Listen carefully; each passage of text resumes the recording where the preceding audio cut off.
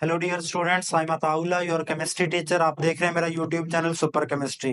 जी बेटा, आज हम फर्स्ट ईयर केमिस्ट्री का नेक्स्ट टॉपिक आइसोटोप्स और रिलेटिव अबंडेंस ऑफ आइसोटोप को बेटा डिस्कस करने वाले हैं। जी, अब हम टॉपिक की तरफ चलते हैं। आइसोटोप्स बेटा, आइसोटोप्स अगर बेटा हम देखें तो आइसोटोप को सबसे पहले डिस्कवर किया, इस फिनोमेना को सबसे पहले डिस्कवर किया ब्रिटिश केमिस्ट बेटा फ्रेडरिक सोडे और फ्रांसिस आस्टन ने बेटा इनको सबसे पहले फाइंड आउट किया था। कब फाइंड आउट किया था? 1913 में फाइंड आउट किया था। और इनको आइसोटोप फिनोमेना डिस्कवर करने पर बेटा नोबेल प्राइज दिया गया 1921 के अंदर। अब सोडे ने बेटा आइसोटोप्स डिस्कवर कैसे किए? जबकि इससे पहले हमें पता है केमिस्ट्री के बहुत बड़े साइंटिस्ट जॉन डाल्टन ने ये बात कही थी कि एटॉमिक थ्योरी के अंदर each substance is made up of atoms of different element which has different properties. कि हमारे पास जो आइसोटोप्स हैं वो डिफरेंट एटम से मिलकर बने होते हैं और उनका प्रॉपर्टीज भी क्या होती है? डिफरेंट होती। और साथ में बेटा उसने कहा था कि हमारे पास जो एक एलिमेंट है, एक एलिमेंट की तमाम प्रॉपर्टीज, एक एलिमेंट के तमाम एटम्स एक जैसे होते हैं, सिमिलर होते हैं।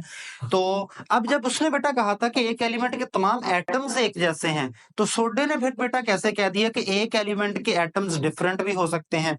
ये बेटा रेडियो एक्टिविटी पर रिसर्च कर रहा था। ये रिसर्च कर रहा था बेटा बहुत मशहूर साइंटिस्ट रदरफोर्ड के साथ।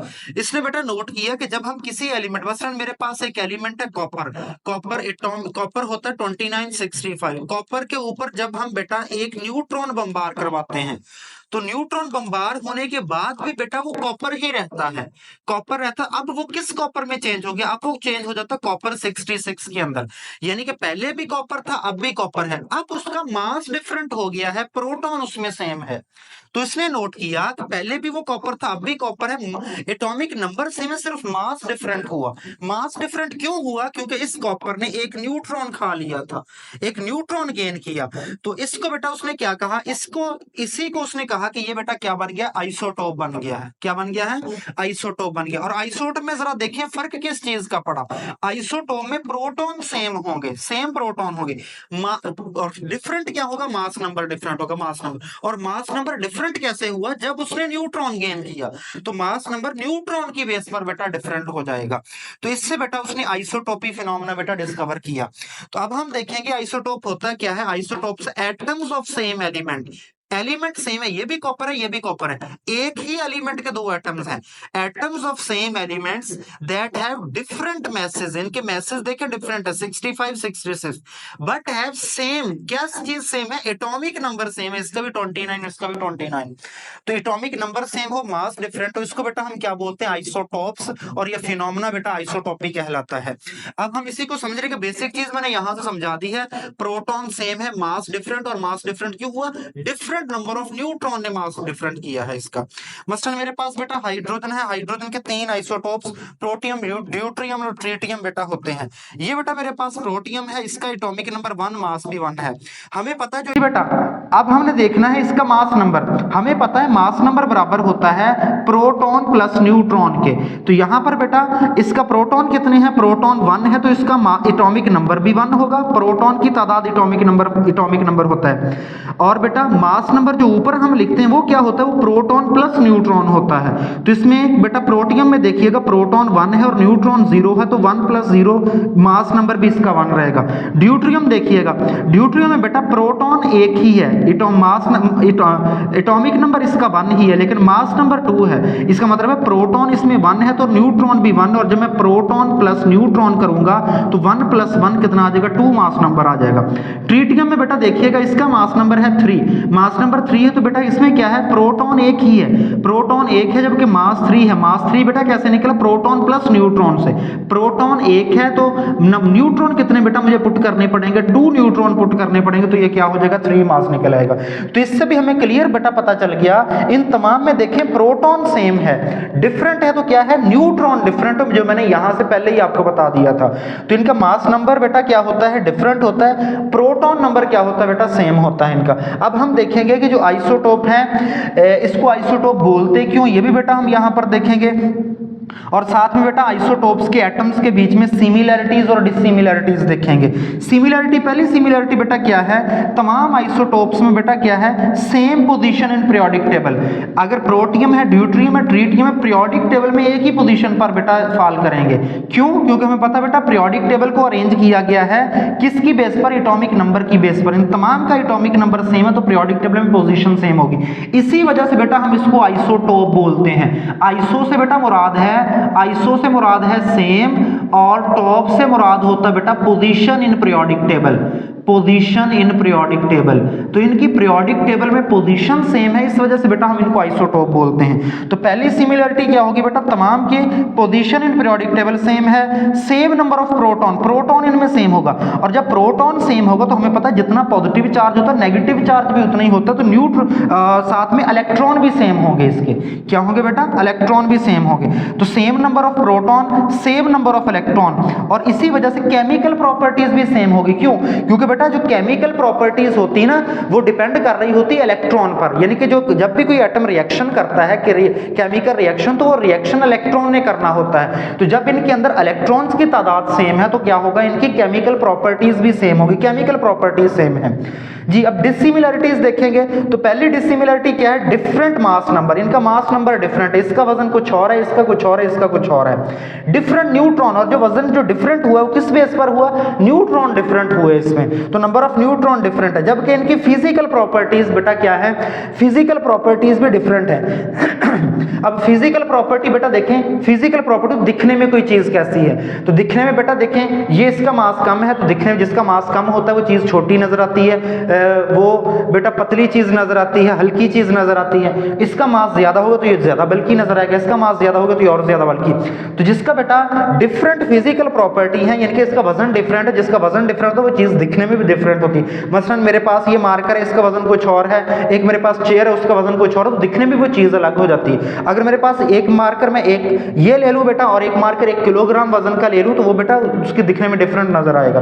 फिजिकल प्रॉपर्टी इनकी डिफरेंट। फिजिकल प्रॉपर्टी भी कई तरह की होती हैं। कुछ फिजिकल प्रॉपर्टी होती है जो मास पर डिपेंड करती हैं, वो फिजिकल प्रॉपर्टी इनकी डिफरेंट होगी। ऐसी फिजिकल प्रॉपर्टी जो मास पर डिपेंड नहीं करती वो फिजिकल प्रॉपर्टी इनकी क्या होगी, सेम होगी जी बेटा। आगे उसके बाद एक बहुत इंपॉर्टेंट शॉर्ट क्वेश्चन है, ये पेपर में आ जाता है, why isotopes have same chemical property. Isotope की केमिकल प्रॉपर्टी क्यों सेम है ये मैं बता चुका हूं, और जबकि फिजिकल प्रॉपर्टी डिफरेंट है तो हमने बोलना बेटा isotopes have same chemical property. Same chemical property क्यों, because chemical properties depend upon the number of electron, electron पर डिपेंड करती है, और इसके अंदर इलेक्ट्रॉन सेम है। And all isotopes contains and all isotope of same elements contain same number of electron, that's why their chemical properties same. और जबकि इनकी फिजिकल प्रॉपर्टी बेटा वजन पर, मास पर डिपेंड करे, इनका मास डिफरेंट है। Physical property depend upon the mass, और मास पर डिपेंड कर they have different mass number different है, तो बेटा क्या होगा, so they have different physical property. Physical property भी इनकी क्या होगी,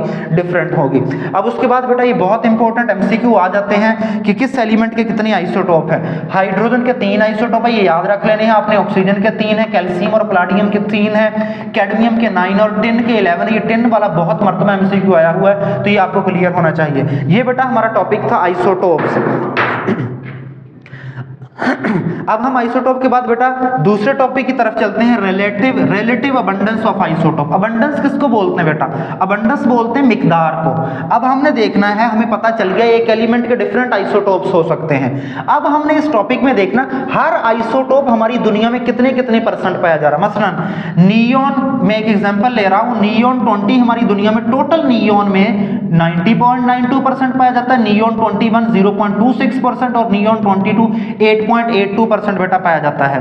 तो रिलेटिव अबंडेंस का यही मतलब है, हमने देखना हर आइसोटोप की abundance of isotope, her isotope की मिकदार चेक करनी है। इसमें अबंडेंस मिकदार को बोलते हैं। और रिलेटिव अबंडेंस यानी इसके मुकाबले में इसकी मिकदार कितनी, इसके मुकाबले में इसकी मिकदार कितनी, इसको हम रिलेटिव अबंडेंस बोलते हैं। तो अब हम रिलेटिव अबंडेंस की बेटा डेफिनेशन करेंगे। तो रिलेटिव अबंडेंस क्या है, relative abundance is the percentage of each isotope, her isotope की मिकदार किसमें, इन the mixture of isotopes, in isotope के मिक्सचर में किसी एक की मिकदार को, किसी एक की परसेंटेज को हम बेटा क्या बोलेंगे, रिलेटिव अबंडेंस बोलेंगे। तो रिलेटिव अबंडेंस है टोटल के मिक्सचर में किसी एक की मिकदार, उसकी मिकदार या अबंडेंस कहलाती है। डेफिनेशन है it is the percentage of isotope, isotope की percentage in the mixture of isotopes, isotope के मिक्सचर में से हर की अलग अलग परसेंटेज उसकी रिलेटिव अबंडेंस बेटा होती है। अच्छा, अब उसके बाद बेटा हमने देखना है जो रिलेटिव अबंडेंस है हर आइसोटोप की डिफरेंट होगी। इसके 3 आइसोटोप हर आइसोटोप के डिफरेंट, हाइड्रोजन के 3 आइसोटोप हर आइसोटोप के डिफरेंट, ऑक्सीजन के 3 आइसोटोप हर आइसोटोप की डिफरेंट अबंडेंस है। तो अब बेटा उसके बाद हमने देखना है each isotope has its own natural abundance, her isotope की अलग अलग नेचुरल अबंडेंस होती है और आइसोटोप की अबंडेंस को हम बेटा मिकदार को फाइंड आउट करते हैं मास स्पेक्ट्रोमीटर से। मास स्पेक्ट्रोमीटर इंशाल्लाह हम कल वाले लेक्चर में बेटा डिस्कस करेंगे। तो मास स्पेक्ट्रोमीटर से हम रिलेटिव अबंडेंस यानी कि हर आइसोटोप की मिकदार फाइंड आउट करते हैं, वो हमारी दुनिया में कितने परसेंट पाया जाता है। तो अब हमने बेटा हर आइसोटोप की मिकदार फाइंड आउट करनी है, तो हमें सबसे पहले यह भी पता होना चाहिए टोटल आइसोटोप कितने हैं। टोटल आइसोटोप बेटा हमारे पास है 280 आइसोटोप, उनमें से 40 आइसोटोप ऐसे जो रेडियो एक्टिव है।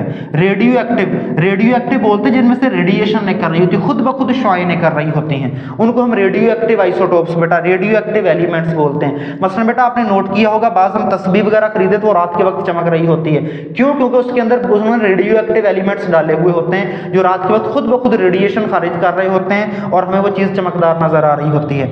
इनमें से 40 रेडियो एक्टिव आइसोटोप है। इसके अलावा 300 अनस्टेबल रेडियो एक्टिव आइसोटोप भी हैं।